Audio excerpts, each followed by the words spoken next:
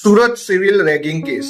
સુરતની નવી સિવિલ હોસ્પિટલની હોસ્ટેલમાં 30 વર્ષના રેસિડેન્ટ ડોક્ટરની આત્મહત્યા બાદ રેગિંગનો મામલો ફરી ઉછળ્યો છે. 30-year-old postgraduate medical student allegedly committed suicide at his government college hostel in Surat yesterday.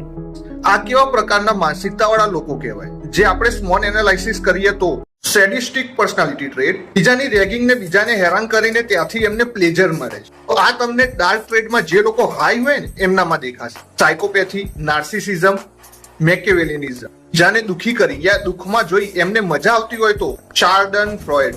તો આ લોકોનું ડોપામિન બીજાને દુખી યા દુઃખમાં ટોર્ચર કરે ત્યારે રિલીઝ થાય છે ન્યુરોસાયન્સ. તો આવા લોકોથી તમે ડીલ કઈ રીતે કરશો? અમે તમારા બોસ છીએ, તમે અમારા સ્લેવ.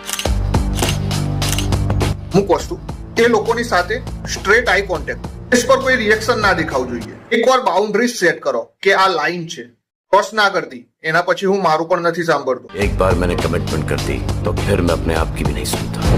પછી ત્યાંથી આરામથી નીકળી જાઓ. અને આવા સાઇન્સ તમને દેખાય તો સબૂત ભેગા કરવાના ચાલુ કરી દો લીગલ બેટલ માટે. બીજું, આ લોકોના કમેન્ટ સેક્શનમાં પબ્લિકે ઓલરેડી રિપ્લાય આપી દીધો છે. અને ભાઈઓ, આવા સ્મોલ એનાલિસિસ વાળા વિડીયો જોવા માટે ફોલો કરતા